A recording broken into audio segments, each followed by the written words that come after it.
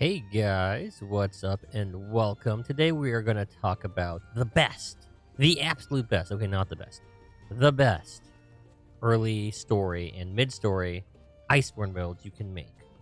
So let's get right into it because this is purely unedited, purely unscripted, and I'm hoping I don't say anything wrong or any misinformation.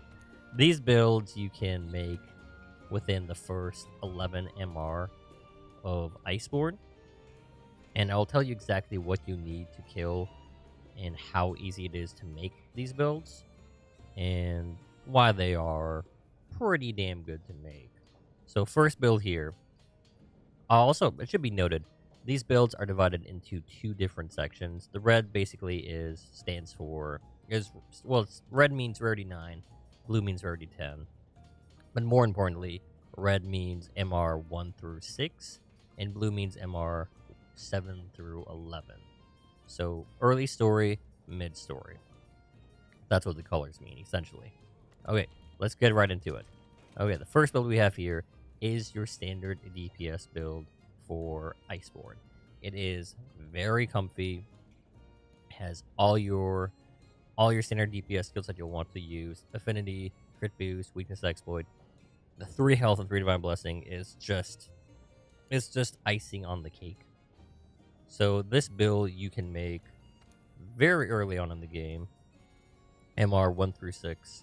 Lumu you will encounter through the main story. The rest of these you will have to fight via optional quests, so you will have to be sidetracked via optional quests, but that shouldn't be a big deal.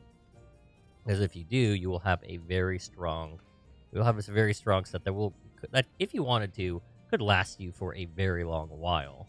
It won't have as much armor than other sets because it's already 9, but you have 3 health boosts and 3 divine blessing.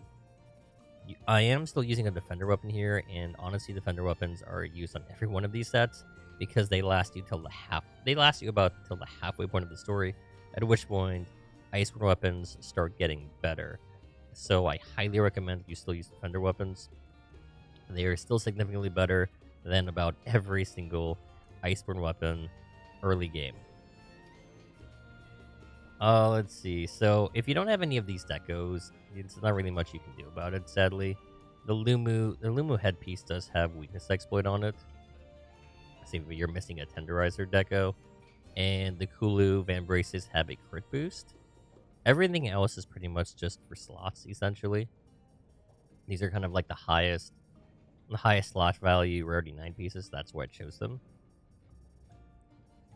And honestly, this is something I would even consider using, even though you don't have the set bonus in 4-piece Draken, which will lower the amount of sharpness your weapon consumes drastically. This weapon still should last. Shouldn't unless you're using dual blades, sword and shield, instant glaive. Your sharpness on your weapon should still last a good while, and you should be able to sharpen in between combat here and there. Next build I made for early game Iceborne is just a early game Charge Blade build. It pretty much uses the same pieces, except instead of Kulu Van Braces, I'm using another Luma piece because it does have 2 artillery on it, and gives you an additional level 2 slot, which you will need for capacity boost. This build does not have focus on it, sadly.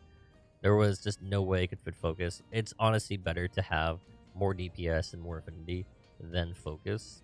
So that's why I would just recommend putting more pure DPS in focus. Focus is more of a quality of life thing. Just because your sword charges faster doesn't mean you'll be doing more DPS. In fact, because you'll need more attacks to charge your sword, you're making up the DPS loss right there by having to attack more. So yeah. So you'll have to farm Luma quite a bit. You'll need 3 pieces, but it shouldn't be too bad to make this set. You do have 2 Divine Blessing, but no extra health. But you shouldn't need that extra health, being that you have a good chunk of armor in Iceborne. In fact, you have about 681, and I'm pretty sure none of these pieces are even upgraded. So you'll probably have around 700 plus armor with this build. So health boost is not needed. You do want that 1 level of guard though for guard pointing if you're decent at that, and if you're not, I highly recommend learning to guard point with Charge Blade. And of course, Defender Chargeblade as per usual. Okay, next build we have here. In the event that you don't have Capacity Boost, because it is a very rare deco, this build right here uses High Metal Coil instead of whatever coil we were using previously. I think it was, oh yeah, it was the Luma coil. It uses High Metal Coil, which is super easy to make and has Capacity Boost on it. That's why I chose it, and I just threw in a health boost. You could use one level of focus, but honestly, focus isn't worth it unless you have two levels of it. So if you don't have Capacity Boost, use High Metal Coil instead. Next builds are actually going to be the mid-story builds, which is rarity 7 through 11.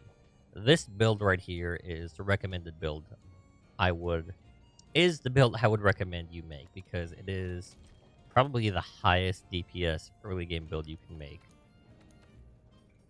It has, in addition to your standard DPS, affinity, crit boost, weakness, exploit, you have 4 agitator and 3 peak performance.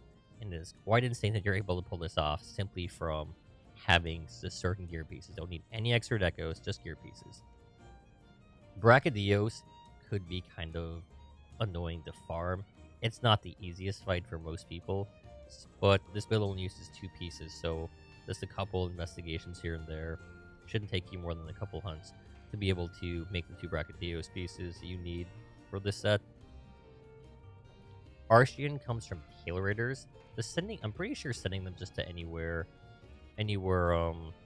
probably, I'm guessing Hoarfrost, Reach, so send them there, and you should get Ancient Fragments, and that's what Archean is made up out of. Brachydios and Archean is, by the way, where you're getting the peak performance and the agitator. Brachydios gear focuses mostly on agitator, and Archean is peak performance and crit eye. So yeah, Odo Garen you have to fight as an optional though. This set right here though will last if you choose to make this set. This set could essentially last you till endgame if you want it, because it also has 2 health boosts for that additional comfy you'll need versus like tempered monsters and even potentially tempered elders. So I would highly recommend this, assuming you don't care about your sharpness, at least. Okay, next build. I believe next build here we have some alternate versions of these DPS mid-story builds. This build right here, instead of using Archean, it's just using 3-piece Brachydios to achieve 7 agitator, which isn't too bad, because peak performance in the previous build, it kind of relies on you having health augment on your weapon. And for those of you who don't have health augment on your weapon and get hit a lot, I would probably recommend this, because peak performance is only up if you have full health. So Enrage is up. Enrage is arguably more up more than you having full health. So 7 agitator is a good alternative. But unfortunately, it means having to farm Brachydios way more, which may not be that fun or easy for you. So depending on your skill, this build may be better or worse. It should also be noted this build also has an Expert 4 deco. This deco is given to you via the story, so don't fret. You don't have to farm for this. It's given to you for free, just like the attack deco in base game. But this is a good alternative. Rathalos, you do have to fight in an optional, though. It's not story related. Next build, though, is another alternate DPS build you can make that uses Clockwork. Instead of Brachydios. Clockwork you get from Steamworks, which is like a little mini-game thing that they introduced into Iceborne, and you get Steamwork tickets, which makes Clockwork. And Clockwork has agitator as well, but it's easier to farm than Brachydios. So here you can make an agitator build, have all your comfy, or have some comfy, have 2 health, and have all your standard DPS. Using Kulu Van Braces and Bareth Greaves for comfy as well. Or for some comfy slots, I should say. And yeah, this is pretty... I would say this is easier than making the previous sets for sure, since these are just tickets. You don't have to deal with Brachydios. And the final build I'm here to show you is mid-story Chargeblade build, which is pretty much the same which is pretty much the same as the early game charge blade build, except you have 2 focus. So instead of using the Lumu head, using the Glavenus head, which you fight via the main story, and the Glavenus Alpha helmet gives you 2 focus and 1 handicraft, which is pretty decent.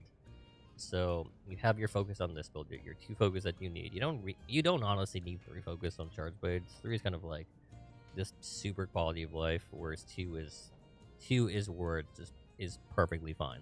This build though is pretty decent for charge blade mid story. Again, with all of these builds, I still recommend 4-piece Dragon over any of these, just because it prevents you from losing as much sharpness as long as you crit. So, but if you do want to just casually stroll through the story and not worry about having no defense whatsoever, these builds will do perfectly fine for you. So, in conclusion, these builds are very, very good. I worked a very long time on making these builds. I hope some of you get some use out of this. I'll be posting a video on end story builds later today, or later at some point. So until next time, follow me on Twitch, follow me on YouTube. Subscribe. And if you have any more questions, leave a comment below. I will answer it for you. I will answer it in the comments, or ask me on stream on Twitch. Until next time, later, dudes.